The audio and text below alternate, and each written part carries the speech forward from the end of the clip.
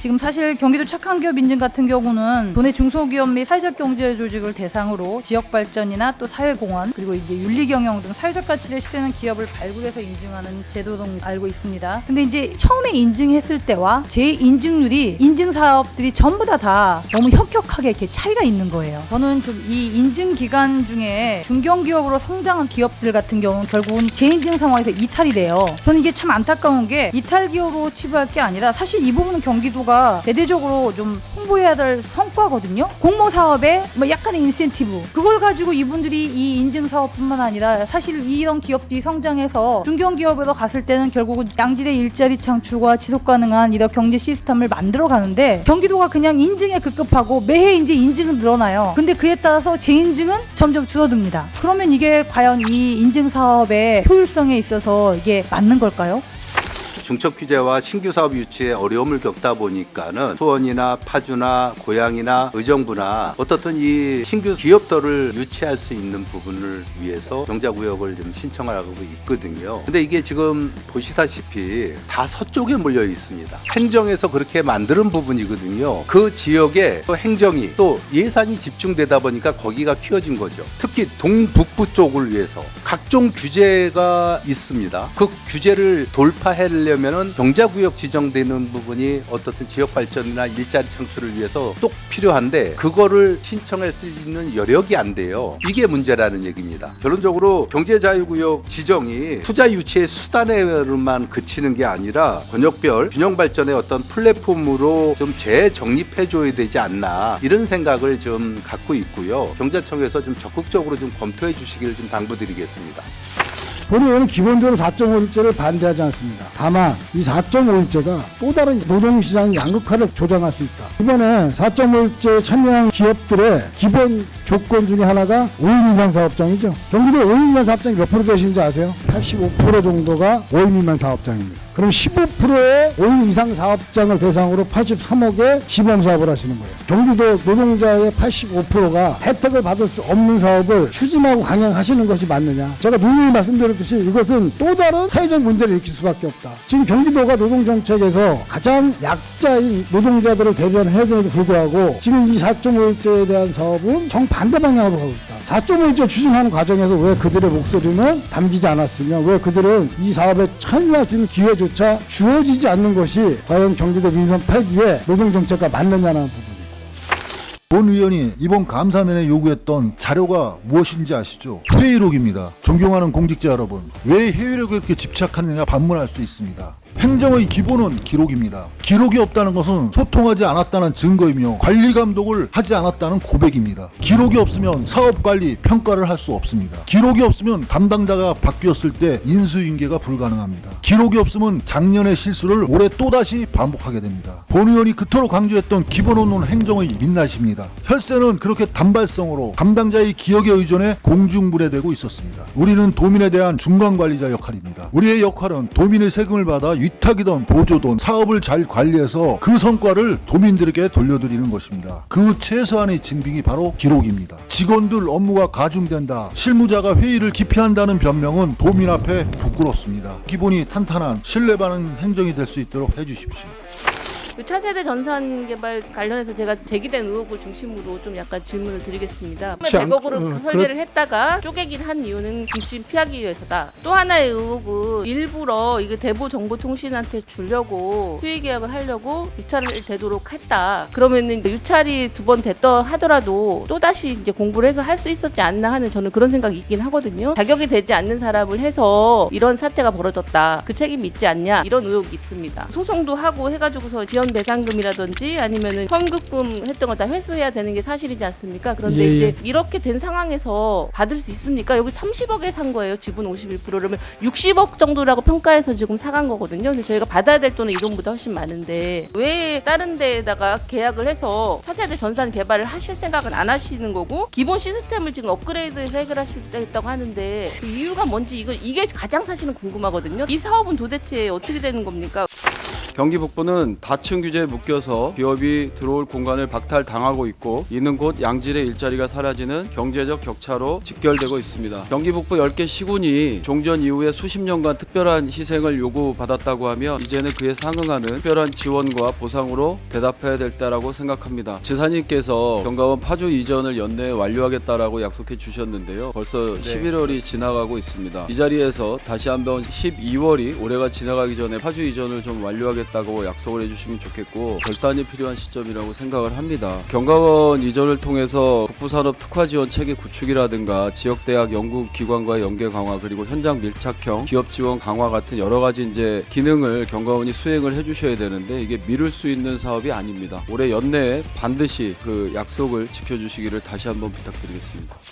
경기도 플랫폼 노동자 산재보험료 지원 사업인데요. 이 제도의 실효성에 대해서 한번 우리가 얘기를 좀 해볼 필요가 있을 것 같아요. 플랫폼 노동자 산재보험료 지원 사업 관련해갖고 대상자, 업종별 현황, 그다음 보상 현황을 달라고 오전에 자료 요청을 해드렸어요. 저희가 딱 자료 요구 한 2023년도부터 받으셨어요. 이 사업은 2021년도부터 시행을 했는데 이 사업 관리 제대로 하고 계신 거 맞으세요? 행감을 위해서 사업을 하세요? 아니면은 정말 노동자들을 위해서 이 사각지대를 위해서 이 정책을 피고 사업을 하시는 겁니까? 플랫폼 노동자분들한테는 이거 받으려고 줄 서 계시고 국장님이 말씀하신 통계 중에서 5만 명이 넘는 이 배달 노동자분들 중에서 4,400명만 지원받고 있는데 이거 제가 지금 뭐라고 질문을 드려야 될지 모르겠어요. 지원 조례 등을 통해서 대상자를 좀 어떻게 넓힐지에 대한 고민을 해야 되고 그 고민은 현장에 나가서 실태 조사를 해야 된다고 생각을 합니다. 기본 계획도 수립하시고 정책에 대한 방향을 설정할 필요가 있죠. 우리 국정설명회가 있었어요. 시군 단체장들하고 기초단체장들하고 대통령하고 국정설명회를 했었는데 그 내용 보셨어요? 거기서 지역화폐 관련된 내용들이 나왔습니다. 이 내용들이 시군의 자율성을 부여한다는 사유로 진행하신 건데 이게 자율성 부여라고 보세요? 그러니까 우리는 정책을 설계하는 입장이에요. 설계하는 입장에서 설계를 방기하고 시군의 그 책임을 위임한다고 볼 수 있습니다. 청년 기본소득 아세요? 청년 기본소득도 지역화폐로 지급됩니다. 금액처 제한도 풀어줬고 지역화폐를 원래 무분별하게 쓰던 것을 9개 컨텐츠로 구분했습니다. 실제 청년들한테 필요한 사안을 집행할 수 있게. 그러니까 우리는 정책 설계를 이렇게 해야 되는 거예요. 그냥 시군 당신들이 알아서 하시오. 정부 지침에 따라서 30억까지 풀어드리겠습니다. 그럼 우리는 그 자율성을 부여한 겁니다. 이거는 우리 광역 사무에 위임된 사무를 방기한 겁니다. 적어도 논리가 있어야 돼요. 시군의 자율성? 시군이 그 민원들 다 받아내고 해달라고 요청하는 것들 벗어나지 못하는 경우 어떡할 겁니까? 소상공인 다 죽는 거예요. 우리가 매출을 기준으로 한 것이 아니라 예를 들면 순이익을 기준으로 해서 실제 소상공인에 필요한 일부 컨텐츠들, 일부 업태들을 증액하겠다라고 하면 납득이 돼요. 실제로 이번 국정 설명회에서 그런 요구가 있었어요. 어떻게 이렇게 단순한 정책을 시군한테 책임 위임하십니까?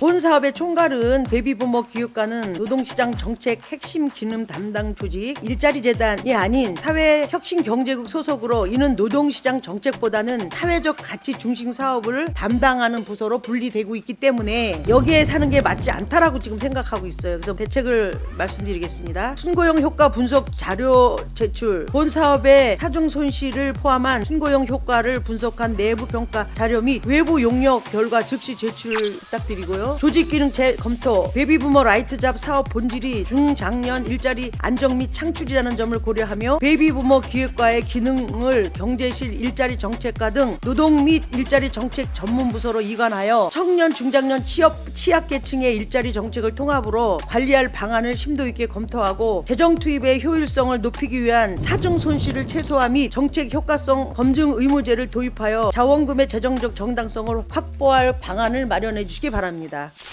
차세대 정보 시스템 관련해서 질의 좀 드리겠습니다. 유찰이 됐고 재공고 유찰이 발생함에 따라서 협상에 의한 계약으로 전환됐다. 그래서 우리 대보정보통신이랑 공동수급체 수의계약 추진을 결정했다. 맞습니까? 예, 맞습니다. 이건 기존에 사업 실패가 예견돼 있었어요. 수의계약 통과 기준이 76.5점이었는데 가장 낮은 점수를 부여했어요. 50.3점을 부여했습니다. 가장 중요한 부분 데이터 이관이라고 분명히 명시가 되어 있고 그리고 제안서 자체가 보다 구체적인 실행 계획과 예상되는 문제점에 대한 내용이 없었기 때문에 아쉽다고 평가를 했습니다. 우리가 지금 이게 한 50억의 혈세를 쓰는 사업임에도 불구하고 재단의 우리 핵심 임원진들 이사장님 포함해서 이렇게 치명적인 인수이익 상실 그리고 전산 통합 목적에 대한 상실에 대한 구체적인 징계나 감봉 등의 책임 조치를 받은 적이 있습니까? 해당 사업에 대해서 실패 경위랑 그리고 손실 분석 보고서를 도의회 공식적으로 좀 제출해 주시고 이 차세대 프로젝트와 관련해서 관련 책임자들 명단 다 제출하십시오. 경제실 관련 민간 독점에 종속된 지역사랑 상품권인 경기지역화폐 관련하여 질의하겠습니다. 네. 이재명 도지사 재임 시에 2019년부터 공동 운영 대행사 코나이가 독점 운영한 거 맞죠? 공개 입찰임에도 불구하고 2019년부터 2028년까지 9년간 3회 연속 재계약인가요? 네, 그렇습니다. 이게 독점 아닌가요? 9년간 연속 재계약은 우대 특혜도 될 수 있고 특혜성 수익도 들고 편익 수익으로 볼 수 있지 않습니까? 이걸 어떻게 그렇게 이렇게 두루뭉실하게 저희가 뭐 넘어가시는 건가요? 최근 5년간 국내 지역화폐 결제 시장에서 코나이 점유율이 몇 %죠? 권 의원이 대신 답변 드리겠습니다. 43%입니다. 2020년부터 2025년 상반기까지 약 5년 반 동안에 결제된 전국 지역화폐 총 113조 9,419원 가운데요. 49조 3,315억 원이 즉 43% 점유율을 차지하고 있습니다. 경기도는 87%의 점유율이 이릅니다. 경기도 31개 시국은 모두가 코나이 쓰는 거 아닙니다. 시흥하고 그렇습니다. 성남은 한국, 한국조폐공사 시스템 사용하고 있습니다. 그렇습니다. 이 시흥과 성남도 끌어들여야 되는 거잖아요. 아까 말씀대로 타당성이 있다라고 생각하시면 87%까지 되는 것을 갖다 시군의 자율이라고 이렇게 넘기지 마시고 분절되지 않도록 하셔야 되는 거 아니겠습니까? 본 의원도 지역 상권을 활성화시키고 지역 소상공인을 살리는 사업 목적에는 동의합니다. 도민의 혈세가 투입되는 보조 사업인 만큼 예산이 많고 적음을 떠나서 사업 취지에 맞는 집행과 투명한 정산 체계 확립이 반드시 필요하다고 생각합니다. 증빙 서류를 보면 사업자 등록증에 밑에 보시면 저 형광펜으로 이제 칠한데를 보시면은 업태가 운수업, 건설업, 서비스업이고 또 종목이 화물, 인테리어, 간판이라고 돼 있어요. 또 견적서를 보시면은 날인도 빠졌고 저런 서류가 제출 서류로서의 의미가 있나요? 참모자들을 내면은 정확하게 그 결산에 대한 부분들을 판단을 해서 도민의 혈세가 정확히 어떻게 잘 쓰여져 있는지 안 쓰여져 있는지를 확인해서 잘못된 거는 환수를 받고 잘된 거는 그거에 상응하는 뭐 어떤 정책적 도움을 인센티브를 더 주고 하는 그런 방안으로 가야 되는 게 맞지 않나요? 이게 진정한 그 소상공인 활성화를 위한 사업으로 이어날 수 있도록 세밀한 관심과 감독을 좀 부탁을 드리겠습니다.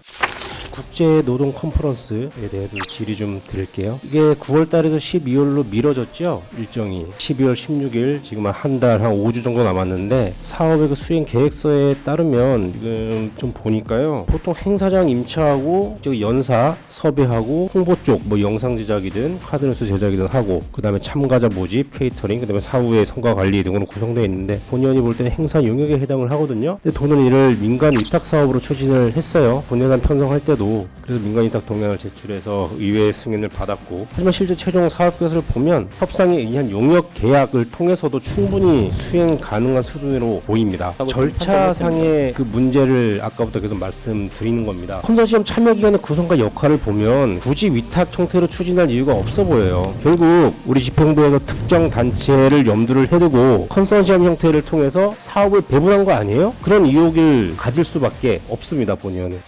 경기도 주 4.5일제 시범사업 예산이 낭비되고 있다라는 저도의 말씀을 드리고 왜 그런지를 본 의원이 지금부터 말씀드리겠습니다. 노동공은 2025년 경기도 4.5일제 시범사업 참여 기업 모집 공고에서 사업 신청 대상 중 소정 근로시간 단축을 이미 시장하고 있던 기업을 모집 공고한 것도 있겠습니다. 지원사업 참여 직전 시점에 이미 주 40시간 미만의 근로단축 시간을 시행 중인 기업을 시범사업 대상에 포함시키는 것은 정책 목표인 신규 도입 확산의 추가성 원칙을 포기한 것이다. 83억 원의 혈세를 낭비할 수 있는 구조적인 허점을 이렇게 방치한 것이 아닌가라는 생각을 갖고 있습니다. 이미 근로시간 단축 제도를 운영하고 있었던 것으로 확인된 기업에 대해서는 기지급된 지원금을 모두 환수해 주시기 바랍니다. 그 예산 집행의 효율성 및 추가성 원칙 준수를 위해 지원 대상 기업 선정 시 이미 근로시간 단축을 시행 중인 기업을 엄격히 배제하는 추가성 원칙을 최우선 기준으로 적용하시길 바랍니다.